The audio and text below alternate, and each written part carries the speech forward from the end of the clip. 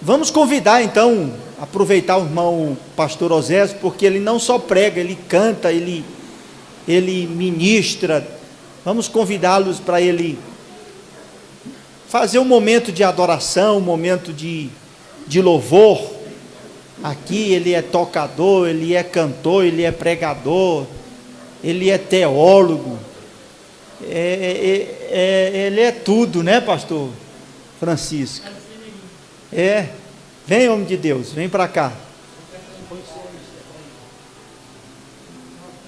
Bendito para sempre é o nome do Senhor. Aleluia. Glorificado seja Deus. Aproveite a oportunidade, irmão, para a gente adorar, glorificar o Senhor, e preste muita atenção em tudo, porque este é o dia que fez o Senhor para nos construir mais. Amém? Oséias.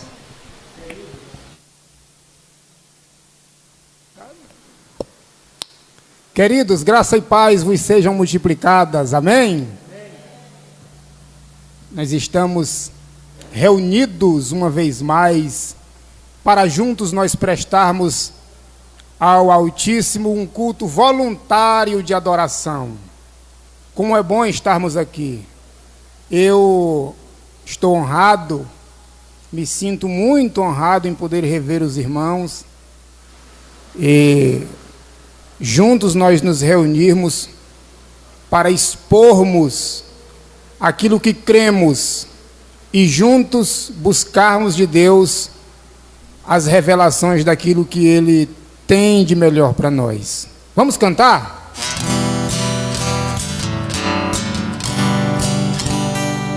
Tá bom, violão.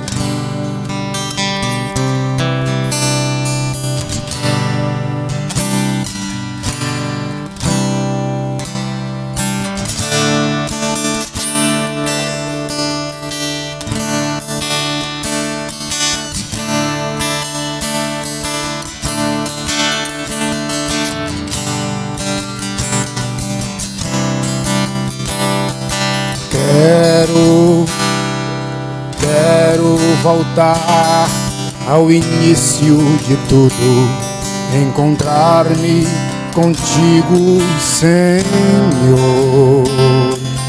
Quero rever meus conceitos, valores, eu quero reconstruir. Vou regressar ao caminho, rever as primeiras obras, Senhor. Eu me arrependo, Senhor, me arrependo, Senhor, me arrependo, Senhor. Eu quero voltar ao primeiro amor, ao primeiro amor. Eu quero voltar a Deus. Eu quero voltar ao primeiro amor, ao primeiro amor. Eu quero voltar a Deus. Quero voltar ao início de tudo, encontrar-me contigo, Senhor. Quero rever meus conceitos, valores, eu quero reconstruir. Vou regressar ao caminho, vou ver as primeiras obras, Senhor.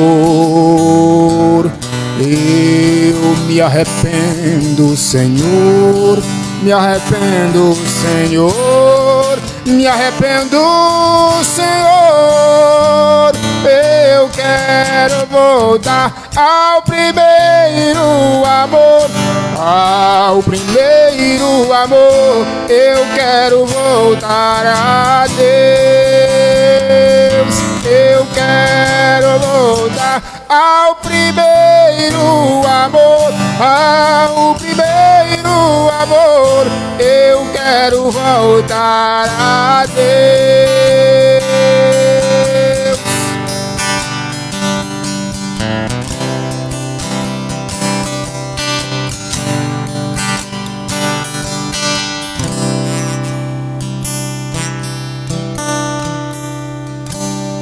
Vamos adorar?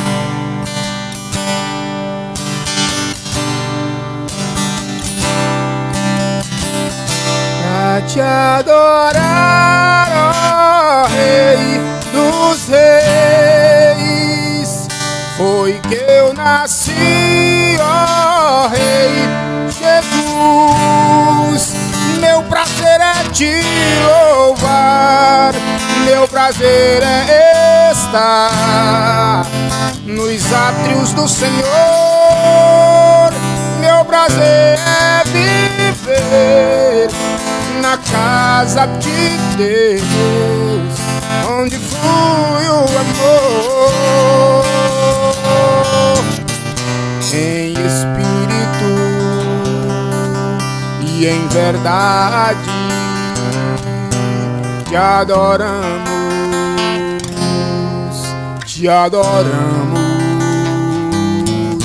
Em espírito e em verdade te adoramos, te adoramos. Rei dos reis e Senhor, te entregamos nosso viver. Rei dos reis e Senhor, te entregamos nosso viver.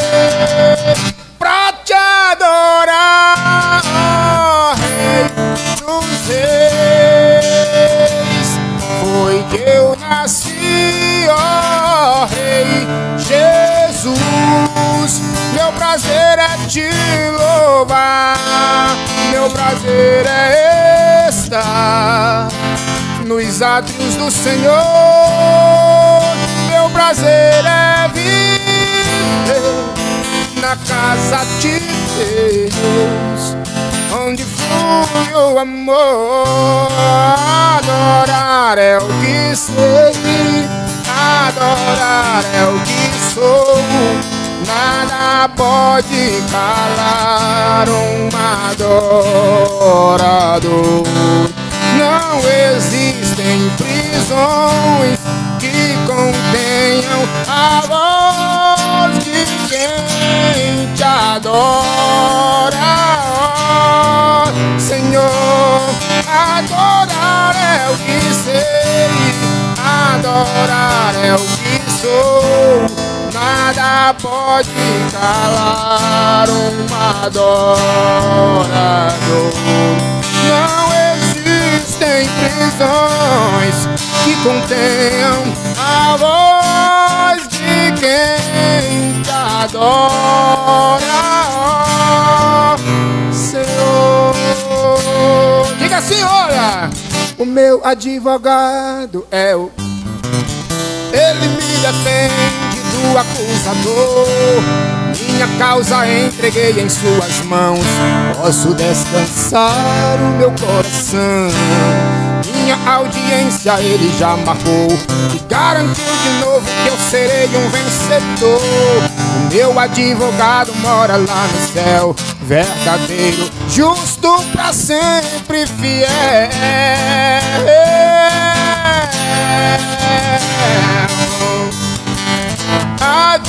Advogado fiel, advogado fiel, o meu Jesus é pra mim. Advogado fiel, advogado fiel, advogado fiel, o meu Jesus é pra mim. Diga assim, olha, mas ainda bem que e a resposta vem do céu. E a última palavra quem determina ainda é Deus. Alguém diz só restou raiz, mas Deus diz tem vida aí, e eu vou restituir. Canta! A esperança para a árvore novamente crescerá ao cheiro das águas, e se caso envelheceu na terra sua raiz, ou se o seu tronco morreu, ouça bem o que Deus diz, que ainda há esperança. A alegria vai chegar e tudo novamente irá voltar ao seu lugar. A água já está presente e vai começar a regar. Vai ser tão lindo o testemunho que você irá contar. Eu fui uma árvore cortada, mas ao cheiro das águas vi Deus minha vida restaurar. Eu fui uma árvore cortada, mas ao cheiro das águas vi meu ministério Deus restaurar. Diga assim, olha, está sofrendo, mas também tá aprendendo, né? Tá machucando, mas também tá te ensinando. Então, toda promessa tem um tempo de espera, mas Deus já decretou vitória nesta guerra. Fica tranquilo, não se desespera. Se foi Deus que prometeu, a promessa está de pé. Somente espera, oh, mantenha a calma, não perca a fé. Se o teu joelho tá no chão, o teu inimigo não consegue ficar de pé. Fica tranquilo, Deus está providenciando um sorriso pra cada noite que você passou aflito. O teu gemido será substituído por um hino de vitória. Não cede agora, não se limite apenas ao teu sofrimento. Deus sabe exatamente o que está fazendo. Por mais que hoje você não esteja entendendo, o segredo é confiar, o segredo é descansar. Tem um sorriso te esperando quando esse dia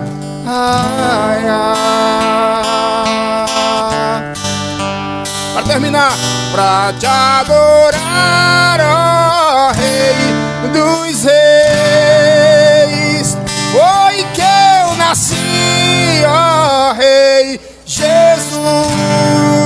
Meu prazer é te louvar, meu prazer é estar nos átrios do Senhor. Meu prazer é viver na casa de Deus, onde flui o amor.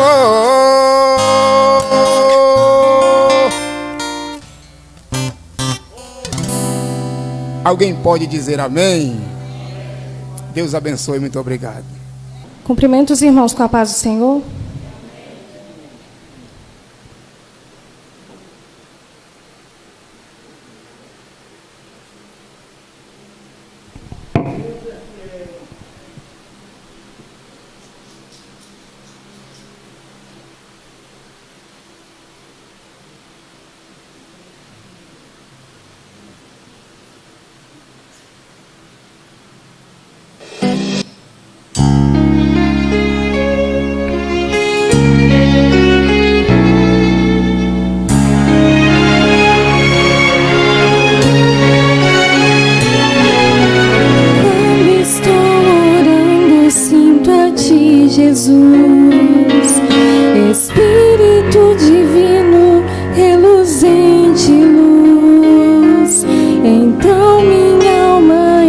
em teu sublime altar.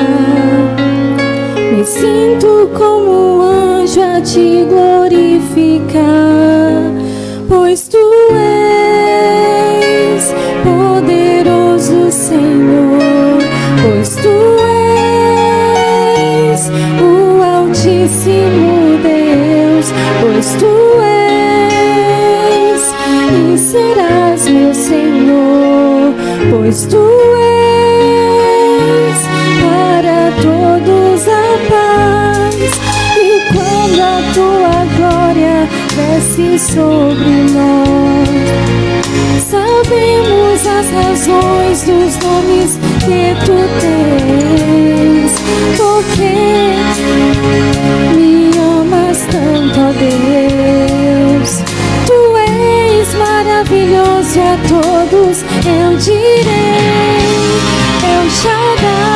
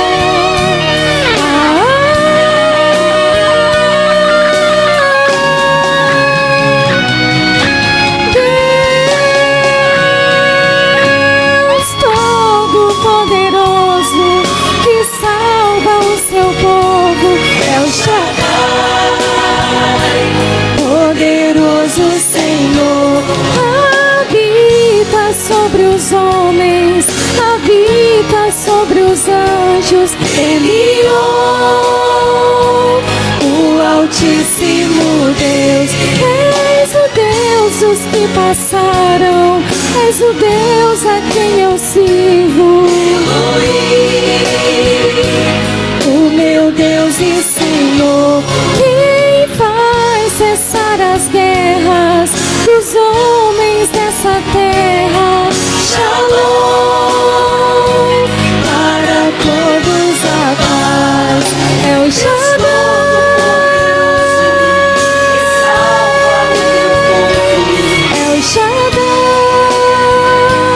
poderoso Senhor,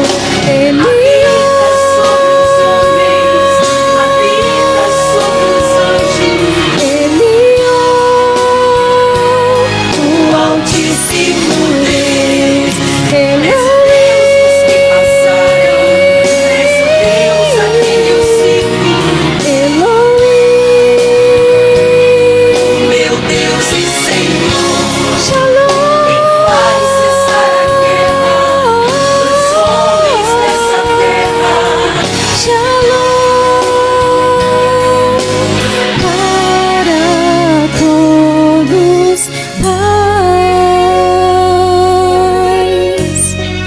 aleluia, agradeço a oportunidade.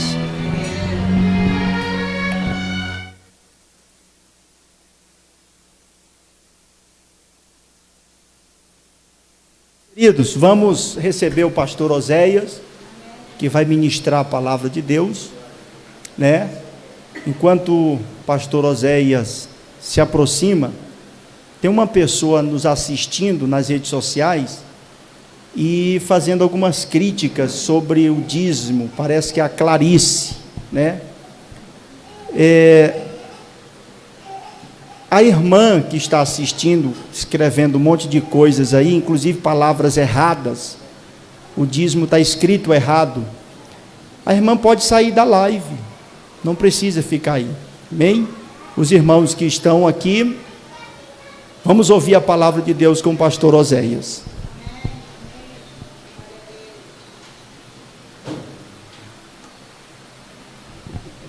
Meus queridos, graça e paz do Senhor Jesus. Tudo bem com os irmãos? A minha saudação de paz a todos os nobres filhos de Deus, salvos pela obra realizada e consumada através do seu Filho unigênito, Jesus, o Cristo. Eu louvo a Deus por estar aqui uma vez mais com os irmãos, cultuando, buscando um pouco mais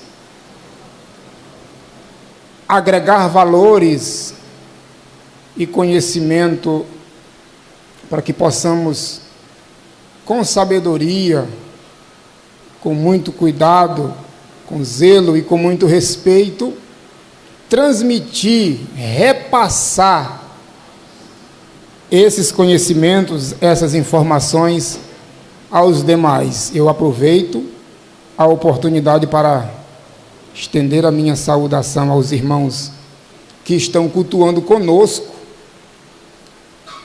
de forma virtual. Fica o nosso abraço, nosso carinho, o nosso respeito e a nossa atenção. Deus abençoe cada um dos irmãos que estão nos acompanhando. Fiquem conosco e vamos juntos adorar ao Senhor através da exposição da sua palavra.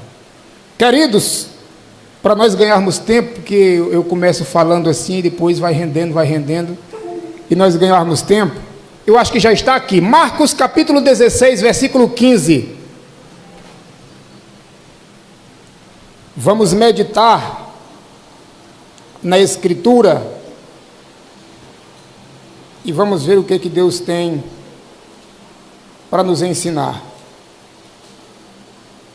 Marcos capítulo 16.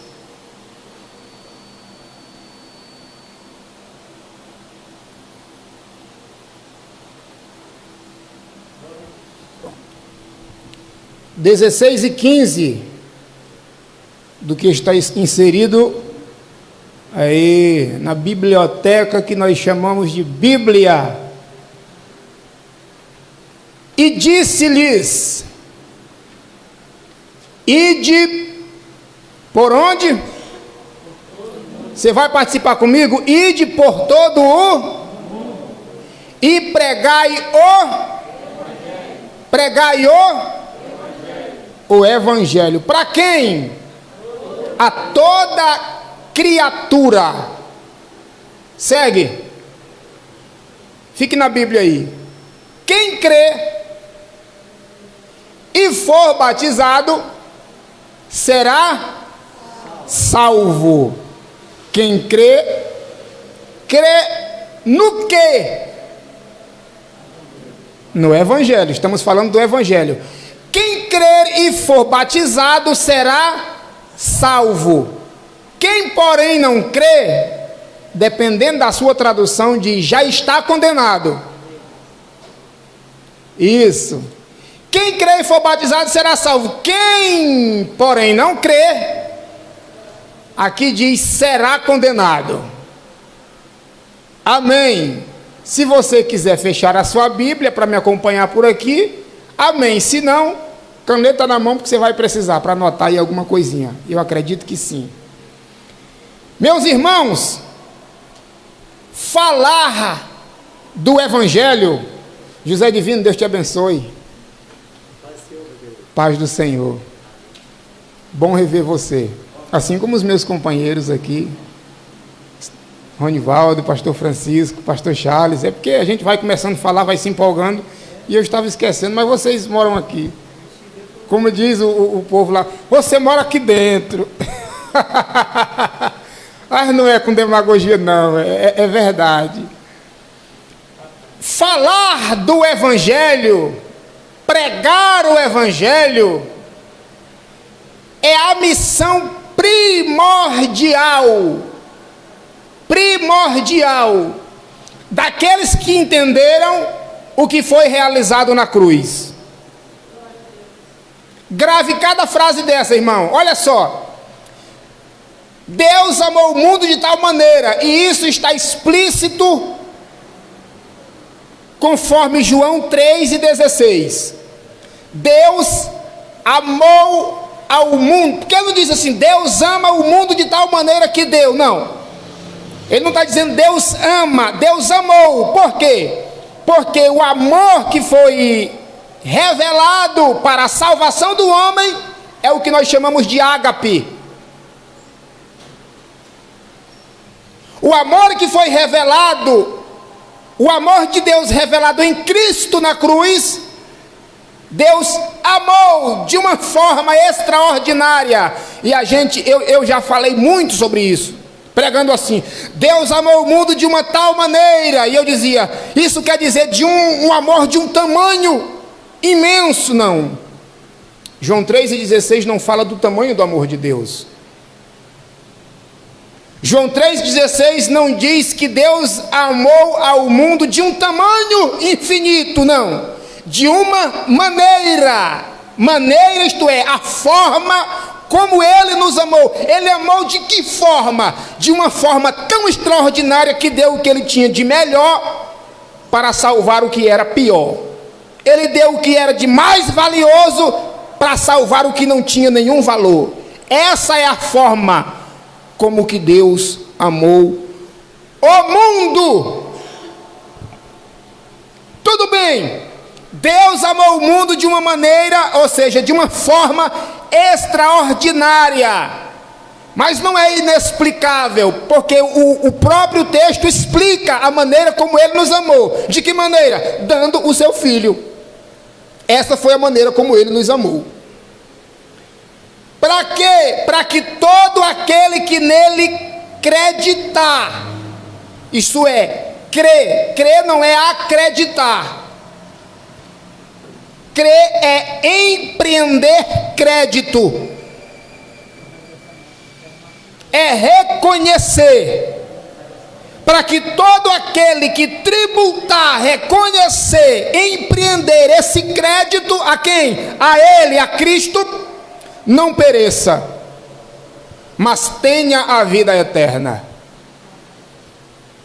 Isso é Jesus explicando para Nicodemos o tamanho ou a forma. Está vendo? Eu já voltando de novo no tamanho.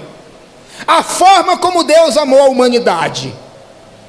Primeiro precisamos entender que Deus não amou 50%.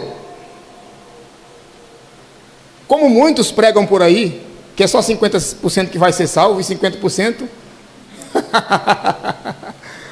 Aí ninguém quer estar nos 50% que vai se perder, não é? Quando pergunta, e você vai estar em qual porcentagem? Eu estou nos que ó. Deus não amou 50%. Deus não amou 75% e nem tampouco 99%. Deus amou o mundo, isso é, a totalidade máxima de ocupação desse planeta. De uma forma, de uma maneira tão especial que deu aquilo que eu expliquei agora há pouco. Vamos andar? Vamos. Primeira coisa que precisamos entender: Deus amou o mundo. E Ele revelou esse amor dando o que tinha de melhor. Para quê? Para salvar o mundo. Eu preciso esclarecer isso. Hoje é o culto da Bíblia. Mais uma vez eu preciso dizer para os irmãos, e eu sei que vocês não são desse negócio de querer esperar de mim ou de outro pregador, correr aqui dentro da igreja, pular e plantar bananeira e plantar pedra. Eu sei que vocês estão esperando é aprender a palavra. Então, se é o culto da Bíblia, vamos aprender de Bíblia, não é? Glória a Deus por isso. Então, escute aqui. Deus amou o mundo e deu Jesus para salvar o mundo. Jesus nasce, ou seja, aquele que era divino, espírito, vivificante, assume a forma humana, nasce de um ventre materno, Claro que ninguém nasce de um ventre paterno. Mas ele nasce, assume a forma humana. E nessa forma humana, ele sentiu dores, ele sentiu fome. Dentro do ambiente que ele nasceu, culturalmente falando, regionalmente falando, dentro da região que ele nasceu, ele precisou cumprir as leis que regiam aquele povo. Logo ele cumpriu as leis do decálogo, que eu não chamo de lei. O decálogo, para mim, eu que estou ministrando, não é lei. E eu não estou dizendo que ele veio cumprir a lei de Moisés. Não, ele veio cumprir a lei do Pai. Ele veio cumprir a lei do Pai. Uma das formas, um dos motivos pelas quais os homens usaram como álibi para prender, crucificar e matar Jesus é justamente porque toda vez que eles procuravam nele o cumprimento da lei mosaica, ele estava fazendo o contrário. E eles não conseguiam, por quê? Porque toda vez que ele, no cumprimento daquilo que o Pai havia ordenado, toda vez que ele estava cumprindo esses mandamentos e não essas leis, quando eu falo de mandamento, eu falo de decálogo, os 10. E quando eu falo de lei, eu falo de mais de 613 preceitos escritos por Moisés. Cristo não veio para cumprir a lei. Eu estou tentando rodear, reberar, como diz lá na minha terra, para tu entender que Cristo não veio, ele não nasceu para cumprir lei, ele não veio para curar, ele não veio para batizar, ele não veio, não, tudo isso estava no trajeto, ele veio mesmo foi para salvar. Porque senão a gente vai se prender. Jesus veio foi para curar, então vamos buscar cura. Jesus veio para curar, então os únicos beneficiados foram aqueles da sua época que foram alcançados por ele. E nem todos os enfermos e doentes da sua época foram curados por ele. Logo eu entendo que ele não veio para curar especificamente. Já que nós chegamos lá em Marcos 16 e 15. Ele veio fazer o que, irmãos? Ele veio salvar. Ele mesmo disse: porque o Filho do Homem veio buscar e salvar o que se havia perdido. Mas ele curou, estava no trajeto. Do trajeto entre a sua vida terrena, o seu nascimento e a sua morte na cruz, que é a consumação do que ele veio realizar, ele sofreu calúnias, ele sofreu afrontas, perseguições, ele precisou cumprir regras civis do seu, que regiam o seu país, o seu estado, a sua tribo. Ele precisou cumprir leis, porque ele como cidadão precisava cumprir essas leis. Mas ele não cumpriu as leis da sua época, para me dar o exemplo, para mim cumprir elas também. Primeiro, ele era judeu, eu sou brasileiro, maranhense.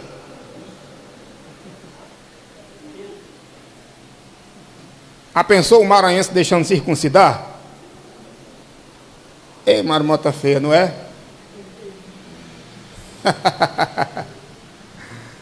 E a Escritura diz que aquele que procura se justificar pela lei, tropeça em um dos preceitos da lei, é culpado de todos os outros. Então bora largar de mão esse negócio, não é? Porque a lei não foi dada para justificar ninguém. Caça na Bíblia alguém justificado diante de Deus pela lei. Nem diante dos homens ninguém era justificado. Ninguém nunca foi considerado justo por ter cumprido toda a lei. E quando eu falo de lei, repito, não falo dos 10 mandamentos. Como é que o senhor explica isso, pregador? É fácil. Toda lei, tudo aquilo que é lei traz em anexo uma punição para o seu descumprimento. A lei, número tal, parágrafo tal, quem descumprir agora esse decreto, ou essa lei, porque o decreto é uma coisa, lei é outra coisa. Quem descumprir essa lei vai sofrer a punição tal, pena de tal.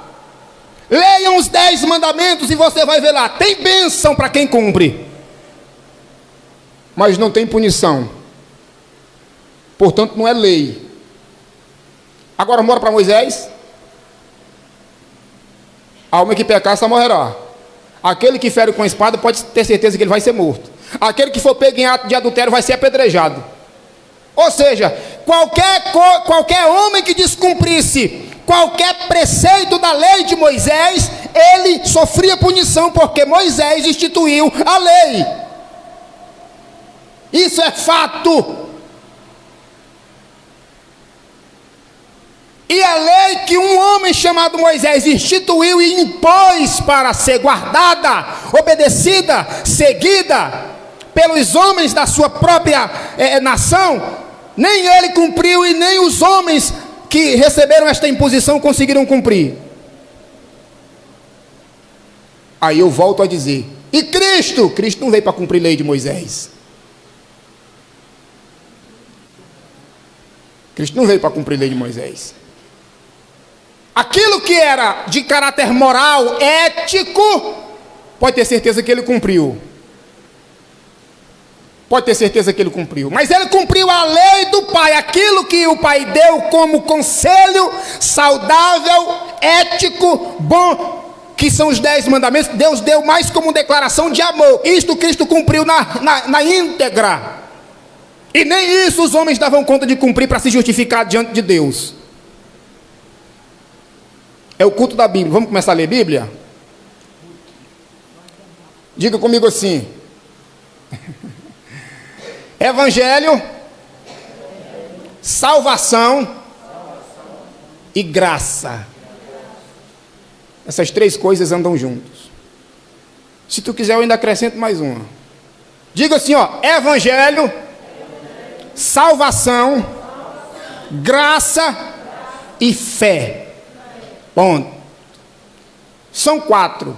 Eu não vou demorar muito não, mas eu vou dizer isso aqui. Essas 4 coisas aqui mudam tudo. Eu hoje estava comentando numa sala que eu sempre deixo um parecer, uma fala, uma opinião. E eu estava dizendo hoje para os irmãos que estavam me ouvindo, e inclusive tem muitos aqui que estão nos acompanhando, que o evangelho que Cristo pregou não será, não deverá e não deve ser pregado por mim nem por você. Por quê, irmão Zé? Que heresia é essa? Tu vai já entender. Porque o evangelho que Jesus Cristo pregou foi um evangelho de anunciação. O que é isso? Ele anunciou o que ele veio fazer, ele anunciou o que seria feito com a sua morte, o que aconteceria com o mundo. Ele mesmo disse para João, porque o filho do homem, João, ele dizendo para Nicodemo, João 3:17, porque o filho do homem, porque Deus enviou o seu filho ao mundo, não para condenar o mundo, mas para que o mundo fosse salvo por ele. Estava dizendo que ele veio, foi enviado por Deus para salvar. Anunciação, olha só, ninguém anuncia o que já aconteceu, anuncia o que vai fazer. Você quer vender um produto? Põe um anúncio na OLX, põe um anúncio no feirão do Face, põe um anúncio no carro de som na rua, uma bicicletinha. Põe uma caixinha de som na porta da rua e faz o anúncio. Se anuncia o que vai fazer. O evangelho que Cristo anunciou não deve ser pregado por nós. Por quê? Porque ele anunciou que veio salvar. Se eu disser que Jesus Cristo ainda veio salvar, ainda vai salvar, eu estou dizendo que ele ainda não morreu, que ele não salvou ninguém. O evangelho que ele disse em Marcos 16:15, ide por todo mundo e pregai o evangelho. Opa, para aí. Ide e pregai o evangelho a toda criatura. Presta atenção. Quem crê e for batizado será salvo. Será. Presta atenção. Te liga nisso aqui. O termo evangelho, na sua tradução, quer dizer boa notícia, ou boas notícias, se quiser pluralizar. Boas novas, boas notícias, eu singularizo. Boa notícia, evangelho é boa notícia. Você dá notícia do que ainda vai acontecer? Não. Ninguém dá notícia do que vai acontecer, porque só vira notícia aquilo que já se passou. Se eu disser para ti que você será salvo, eu estou dizendo que Cristo ainda vem para morrer ainda. Evangelho que Cristo pregou foi o evangelho de anunciação. O evangelho que Ele nos mandou pregar é o evangelho de comunicação. Eu vim lhe comunicar que aconteceu isso, isso e isso, para você ficar sabendo o que aconteceu, não o que vai acontecer. É fácil. E eu fazendo isso, eu não estou invalidando a obra que Cristo realizou. Por quê? Tanto o que Ele falou, o que Ele apregoou, como o que Ele nos mandou apregoar, aponta. Ele pregou apontando para frente. Eu prego apontando para trás, para a cruz, porque aconteceu. Tanto o evangelho pregado por Ele de anunciação, como o evangelho pregado por Paulo e mandado para nós pregar, que é o evangelho de comunicação, aponta para o mesmo lugar, o marco da história do homem, a cruz. Jesus pregou dizendo que veio salvar. Eu prego dizendo que Ele salvou. Isso é questão de lógica. Não precisa fazer um curso detalhado para entender. Vamos se adiantar? Desocupa uma de suas mãos aí. Põe ela no peito assim, ó. Não precisa bater muito forte não, mas diga assim: eu sou salvo. Diga: eu sou salvo. Diga assim: Jesus salvou o mundo e eu estou incluído nessa história. Agora não precisa triscar nele não. Aponta para alguém e diga assim: você também é salvo.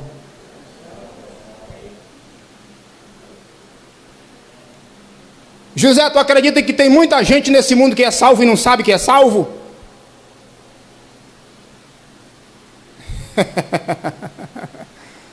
Você sabe disso, meu pastor? Sabe, eu sei que você sabe, eu aprendo muito com o senhor. Tem muito salvo no mundo. Tem muito salvo no mundo que precisa receber esta comunicação. Eu vou usar um exemplo aqui.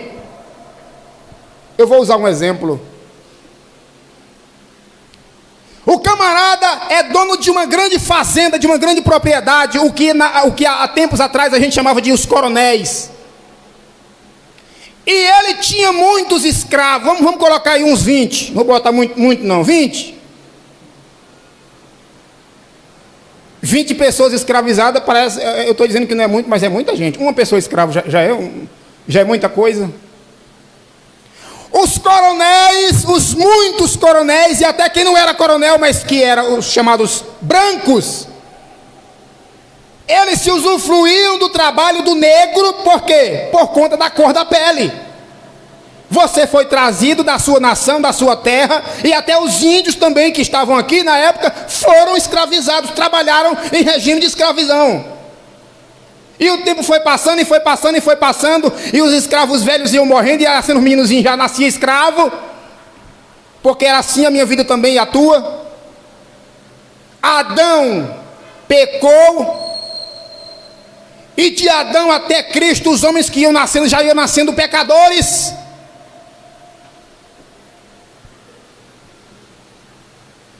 Só que quando barrou em Cristo, mudou a história.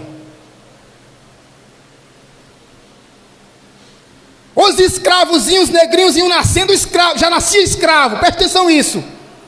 Aí uma certa princesa, que tu sabe o nome, ela vai lá, eu não sei se foi ela que criou a lei, eu não sei se foi outra pessoa que criou a lei, eu sei que a canetada foi dela. Quem quem assinou a Lei Áurea, eu não sei quem foi que fez o documento, qual foi o cartório, eu não sei, eu sei que ela foi quem deu a canetada, pegou a canetinha e a partir de hoje acabou-se. Tudo que dizia no documento só passou a ter valia quando ela assinou a Lei Áurea. E mandou para todos os coronéis cartas de euforia para que eles liberassem os seus escravos. Você quer continuar com ele?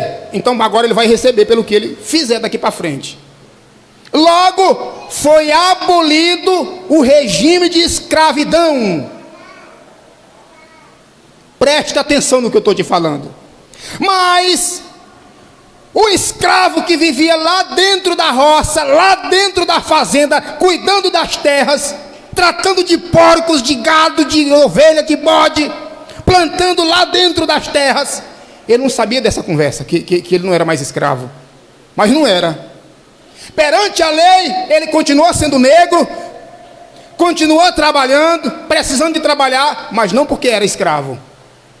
Precisou alguém chegar e comunicar na fazenda, comunicar na senzala, comunicar no ambiente onde eles habitavam e trabalhavam e sofriam, de que eles podiam continuar trabalhando, mas a partir de hoje, se você trabalhar, você vai receber, porque você não é mais escravo. Existe muito salvo que ainda está vivendo como cativo. Por quê? Porque não foi comunicado para ele a boa notícia. Alguém me perguntou hoje: pastor, se eu já sou salvo, qual a vantagem de eu sair pregando por aí? Se eu já sou salvo, então não precisa mais pregar. Para que pregar o evangelho se eu já sou salvo? Sabe o meu nome disso? Egoísmo. Porque tu sabe que tu é salvo porque alguém te comunicou o que Cristo fez para te salvar. É preciso entendermos, olha aqui, é preciso entendermos que nós não somos um corpo que temos espírito. O que você é um ser espiritual que habita numa matéria chamada corpo. Isso aqui é apenas a embalagem que guarda o conteúdo, que foi o que Cristo veio reconciliar com Deus. Jesus não morreu para salvar matéria, para salvar carne, para salvar braço, perna, não! Jesus morreu para reconciliar o espírito que tinha caído da comunhão com o Pai. Você é um espírito salvo, reconciliado, porém habitando numa mente condenatória. E há quem diga por aí que isso é carne. Quando a Bíblia fala de carne, não fala disso aqui não, isso aqui é matéria. Você quer saber o que é carne, que a Bíblia fala? Que milita contra o espírito e o espírito contra a carne? Porque a matéria não tem como lutar, é uma luta desigual. A matéria lutar contra o espírito, é fácil demais do espírito ganhar, é só sair de dentro da carne que o corpo cai, se acaba. Carne na Bíblia, toda vez... Cristo não veio trazer coisas físicas para os homens entenderem. Porque das coisas físicas, ele não morreu para mudar comportamento de ninguém. Porque comportamento, o papai e a mamãe ensina, a escola onde você estuda ensina, o advogado lhe aconselha, o psicólogo aconselha. O povo da rua, até um cachaceiro morto de bêbado, vê você fazendo coisa errada, ele lhe diz para você mudar o comportamento. Cristo não veio pregar mudança de comportamento, ele veio salvar o homem interior que estava perdido, desligado de Deus. E a Bíblia diz que lá na cruz Deus estava em Cristo reconciliando consigo o mundo. O que Cristo reconciliou com o Pai não foi o homem físico material, foi o ser espiritual que habita nessa matéria aí.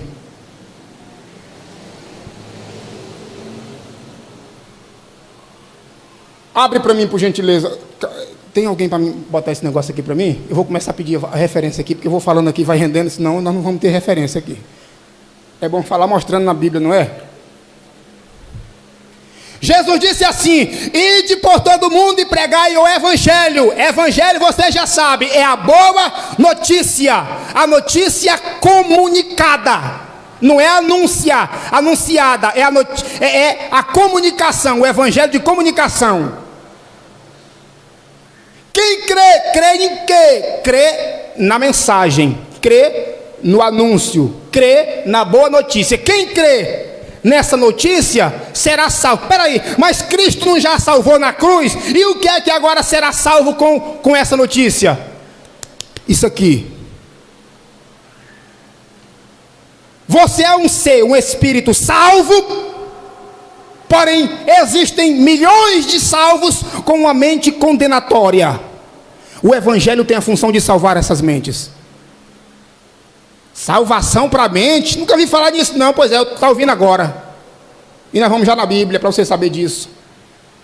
O que Cristo fez na cruz salvou o meu ser. O meu ser, o que eu sou, que é um ser espiritual. Ele resolveu isso na cruz. E a comunicação do que ele fez, quando eu anuncio para você ou para alguém lá fora o resultado do que aconteceu na cruz, eu estou libertando mentes cativas. Há um ditado que diz assim: quer mudar uma sociedade? Mude a sua mentalidade. O Evangelho é o que salva, não é você como ser espiritual. Não, você é salvo. Ele salva a sua mente que diz que você é um condenado, que você é a escória da sociedade, que você não, que está longe de Deus, tem que se reconciliar com Deus. O Evangelho salva você disso aí. Bora saber se é mesmo? Efésios capítulo 2.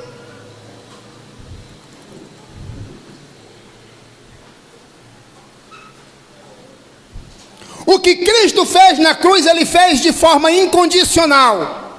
Se alguém perguntar para ti assim: olha, o que é que eu preciso fazer para ser salvo? Diga sem medo, bate no peito sem pensar nem um segundo. Diga assim, ó. Alguém perguntar: eu preciso fazer o que para ser salvo? Diga assim: nada. Conversa é essa?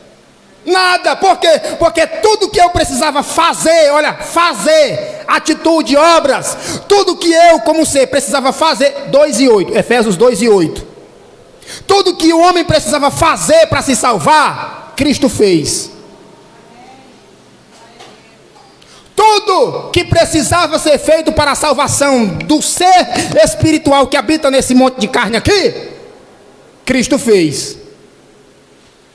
E a pregação do Evangelho salva o quê? Salva algo chamado entendimento. Efésios capítulo 2, versículo 8. Porque pela graça, graça o que é? É um favor. Isso é o que nós aprendemos. Graça é o quê? Todo mundo sabe. Favor imerecido. Eu vou dizer para você o que é graça, para sair um pouco desse mecanismo, desse ciclo vicioso. O que é graça? Favor imerecido. O que é graça? Favor imerecido. Olha aqui. Graça é o perdão de Deus dado a você por nada. Graça é o perdão de Deus. Deus fez o favor de te perdoar. Olha só. Porque pela graça, pelo favor de Deus, você, olha como é que diz lá: vocês são. Não está dizendo que vocês serão. Alguém fez o favor de salvar vocês. Alguém fez o favor de salvar o mundo. Aconteceu. É uma comunicação, não é um anúncio. Pela graça você vai ser salvo, não. Olha só, porque pela graça vocês são salvos. Salvo de quê? Dos seus pecados. Muito bem, até aí tá bom, pregador. Continua. Mediante ou por meio, eu gosto dessa fala também, por meio da fé. Ah, então quer dizer que eu tenho que ter fé para me salvar? Não, essa fé não é nossa não. Se está falando do que aconteceu, agora se estiver falando, pela graça vocês vão ser salvos se vocês tiverem fé. É para o futuro, então a fé é minha. Eu que tenho que ter fé para se salvar. Pela graça vocês são salvos. E quem foi a mediar? Qual foi o que foi usado para mediar esta fé? Para intermediar esta fé? Pela graça, Deus fez o favor de salvar vocês, porque fé, diga assim, ó, fé, não, diga com graça, fé é fidelidade. Diga, e fidelidade é obediência. pela graça vocês são salvos mediante a fidelidade, e isso não vem de vós, não vem de vocês. O que é que não vem de nós? A graça, a salvação e a fé. A graça é de Jesus Cristo, a salvação veio de Deus, e a fé também de Cristo, porque pela nossa fé, pela nossa obediência, pela nossa fé, pela nossa fidelidade, nós estávamos rodados, ferrados, ninguém se salvaria, o homem é infiel, por natureza.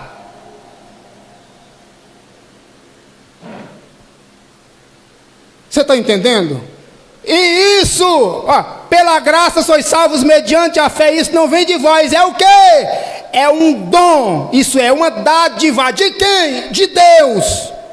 Você recebeu de graça o quê? A salvação, a graça e a fidelidade de Cristo.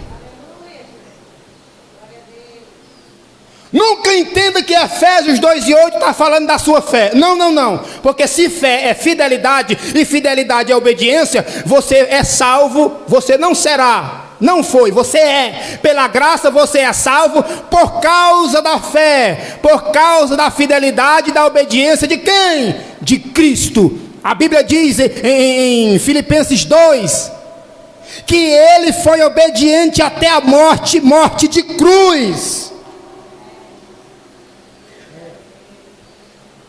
É pela obediência dele. A salvação, olha, pela graça sois salvos mediante a fé. Isso não vem de vós, não vem de... Aí o versículo que vem depois, que é o versículo 9, põe aí para nós, por gentileza, minha joia.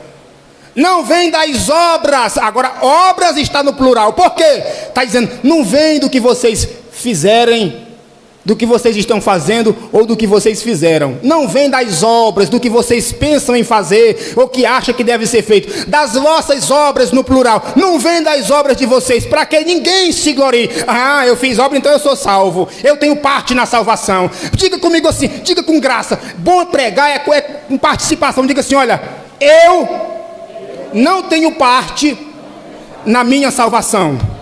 Diga assim, o mérito, a honra, o reconhecimento é todo de quem? De Cristo. Dá vontade de pular. Eu estou quase voltando atrás. Estou com vontade de correr aqui e dar pulo. A melhor notícia de que o mundo, eu não estou falando só para vocês aqui dentro não. Eu estou falando que a melhor notícia de que o mundo precisa ouvir é de que a salvação veio para a humanidade por meio da fidelidade do Filho de Deus. Pode dizer aleluia mesmo. Porque se fosse para nós comprar nossa salvação, o cara podia morrer de taca. Morreu, se salvou? Salvou e o quê? Morreu de taca e não comprou 1% da salvação. Aí Cristo foi lá, foi fiel até a morte, agradou a Deus e deu de graça para você. Ainda tem gente que quando a gente diz que ele é salvo e não precisa fazer nenhum esforço, nenhuma obra para se salvar, ele acha ruim, diz que é heresia, zanga, fica valente, porque ele queria era pagar o preço. Mesmo sabendo que não dava conta. Não, mas eu não tenho que me esforçar não, eu não tenho que fazer nenhuma obra não. Tem, meu filho. Eu não tenho que ser bom não. Tem. Eu não tenho que orar e jejuar não. Claro que tem. Não para ser salvo. Não para ser salvo. A salvação do homem é caso resolvido e é irreversível.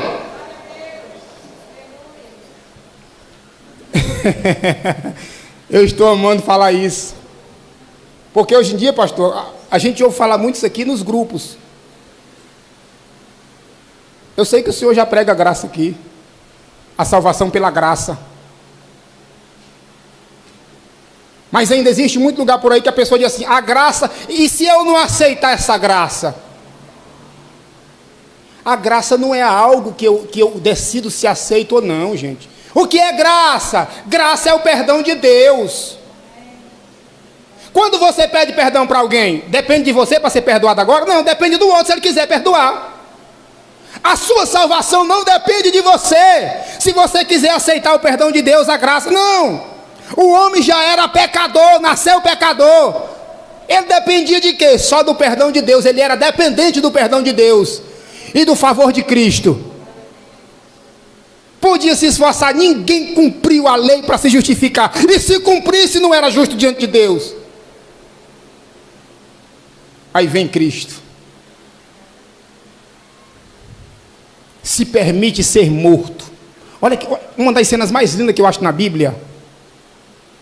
Uma das cenas mais lindas que eu acho na Bíblia é o ladrão metendo um chicote em Jesus, cuspindo no rosto dele. Não é isso a cena mais linda, não. A cena mais linda que tem, sabe qual é? É Jesus olhando para baixo, olhando para eles e dizendo assim: Pai, grava isso aqui. O cara estava batendo nele, o chicote estava comendo, a lança estava na mão para furar. Jesus olha para ele e diz assim: Pai, não lhes imputes esse pecado, não atribui a eles essa maldade, não. Ou seja, o que eles estão fazendo comigo, se para ti é pecado, joga esse pecado aí para cima de mim, eu já estou aqui mesmo. Olhe para ele como um justo, eu estou aqui para salvar ele. Aleluia. Até aqueles que o transpassaram, na hora ele disse: não atribui o que eles estão fazendo, atribui a mim, papai, eu vim aqui foi para isso mesmo.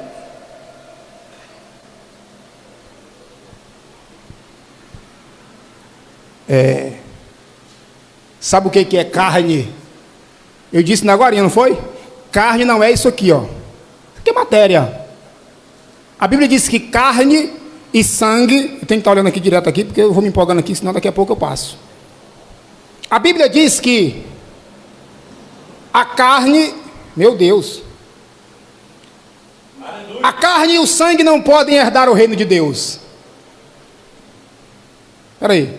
A carne e o sangue não podem herdar o reino de Deus. O que é carne e sangue? Grava comigo, diga assim: carne é natureza humana. Diga assim: a minha carne, espiritualmente falando, diga assim: a minha carne é a minha natureza. Diga assim: o meu sangue, espiritualmente, diga, é o meu esforço.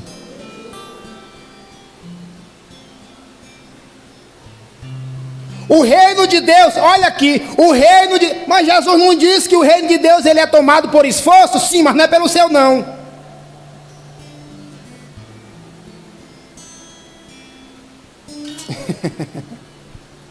A carne, a natureza do homem, o homem carnal, é o homem que tenta se justificar, que tenta andar segundo a carne, segundo a sua natureza. O homem carnal, ou seja, o homem que anda segundo carne e sangue, é o homem que tenta se aproximar de Deus. Olha só isso, que quer se aproximar de Deus, que quer se justificar diante de Deus, que quer supostamente ganhar a salvação pelo seu esforço. Esse é o cabra carnal. Porque quando eu me esforço para ganhar a salvação, eu estou dizendo que eu ainda não tenho ela. E se eu não tenho, eu estou dizendo que Cristo morreu de graça, morreu em vão, entrou de gaiato. Não! Eu tenho que pagar o preço, eu tenho que ser bom, eu tenho que andar direitinho, porque senão eu não vou ser salvo. Ah, é? A tradução para o termo pecado é errar o alvo. Errar o alvo. Diga comigo: é impossível. Não, diga com graça: é impossível o homem se tornar aquilo que ele já é. Você quer ser um pastor? Claro que não, que você já é.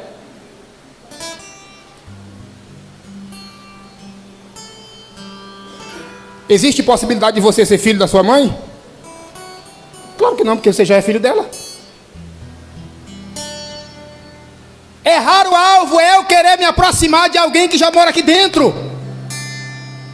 Eu estou caçando o meu celular e o telefone vibrando aqui dentro do bolso. Eu estou errando o alvo, nunca vou encontrar. O homem que procura se salvar pelo seu mérito, pelo seu esforço, diga assim: ele nunca será salvo. Diga: ele nunca será salvo.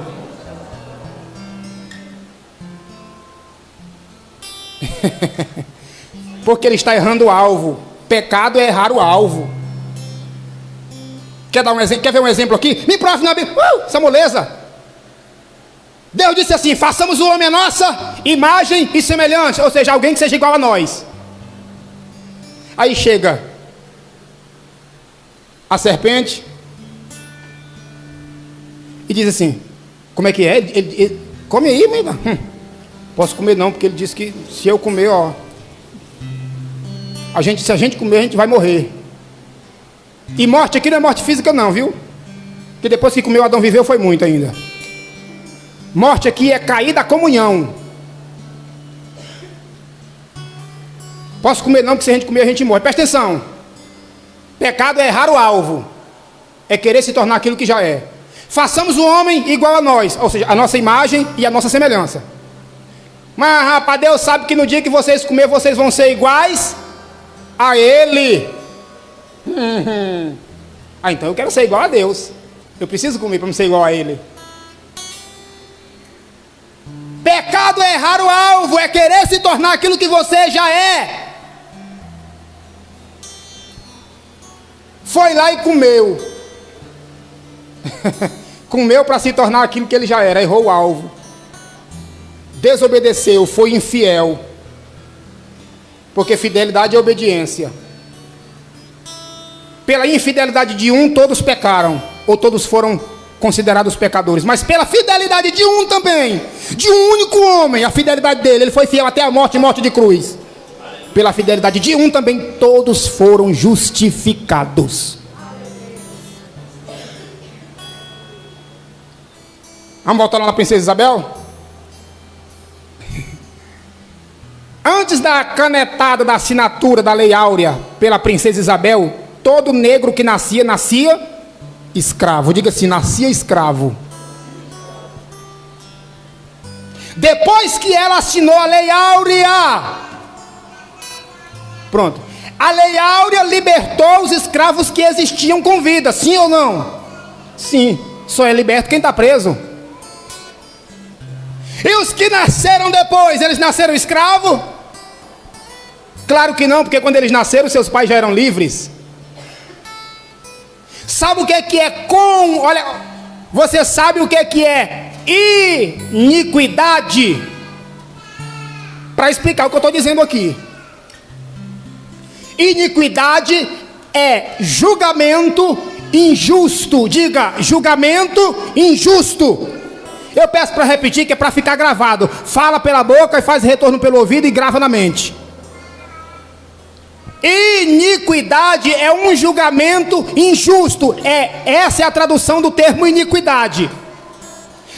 Senhor, em teu nome eu preguei. Quem é que prega? Em teu nome eu expulsei demônio. Você sabe de quem está falando aqui, não sabe? Em teu nome eu curei os enfermos. Curar enfermos? Sim. Operação de maravilhas. Se afaste de mim, porque eu não te conheço, porque você pratica a iniquidade. Você quer ver alguém praticando iniquidade e sendo corrigido por Jesus na hora? Um lençolzão na frente dele. Pedro, o que é isso aí? Come, pega e come. Jesus, na minha boca nunca tocou nada imundo. Como é que é? Na minha boca nunca entrou nada impuro. Pedro, por que tu está chamando de imundo aquilo que eu santifiquei? Por que tu está chamando de impuro aquilo que eu purifiquei? Se Cristo morreu para salvar a humanidade, por que ainda existem pessoas que apontam o dedo para alguém e chamam ele de condenado, de miserável, e dizendo que ele vai para o inferno?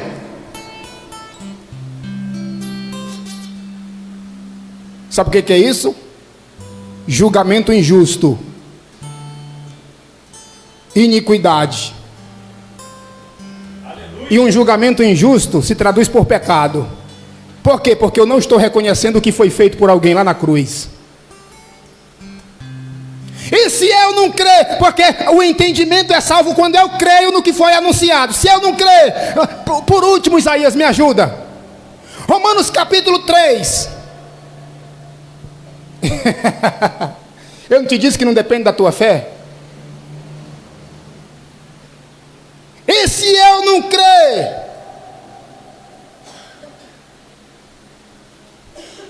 Isso muda alguma coisa se tu não crê?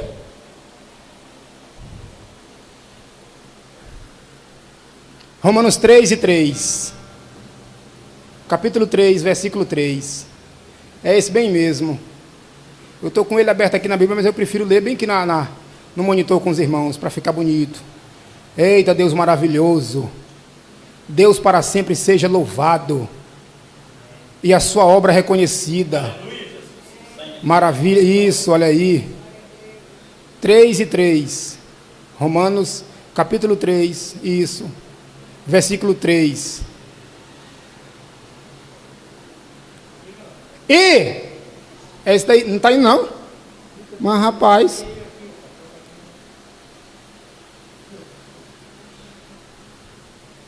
diz aí, meu pastor, lê para nós por gentileza. Pois que, se alguns foram incrédulos, a sua incredulidade aniquilará a fidelidade de Deus? Tá bom. Será que se eu for infiel, será que se eu não crer na mensagem que me é comunicada, o fato de eu não receber, de eu não acreditar ou não acreditar na mensagem que me foi comunicada, isso vai anular o que foi feito na cruz? Diga assim, não.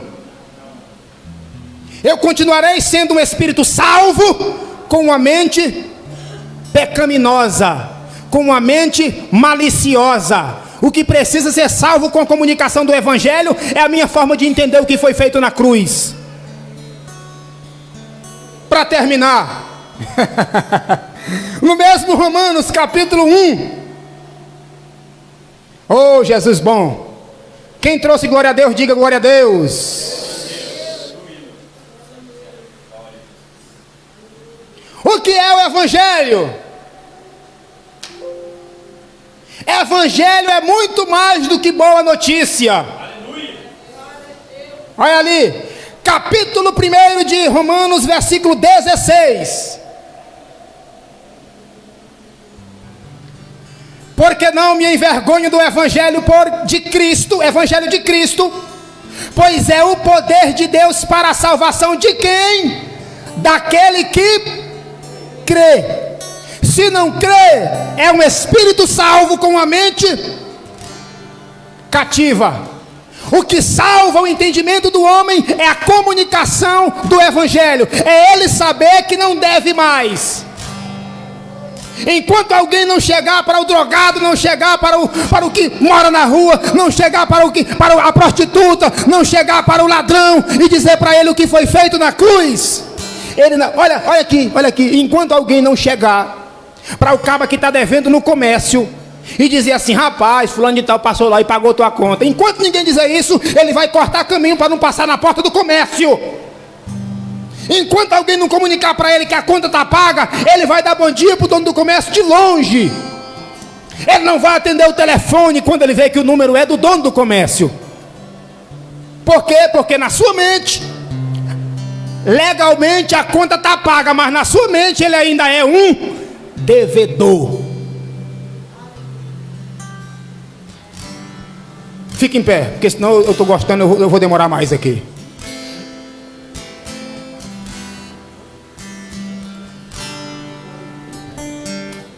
A partir de hoje, não dispense uma pessoa na rua. Não dispense uma pessoa na rua. Aqueles que ouvirem de outras pessoas dizendo que ele é um perdido, um condenado, um rejeitado, um desviado, ele vai ouvir da sua boca que ele é um salvo.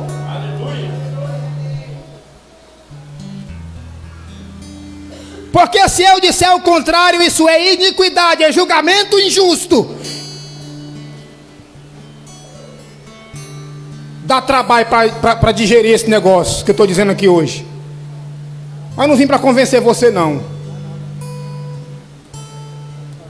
Eu vim para dizer para você a realidade.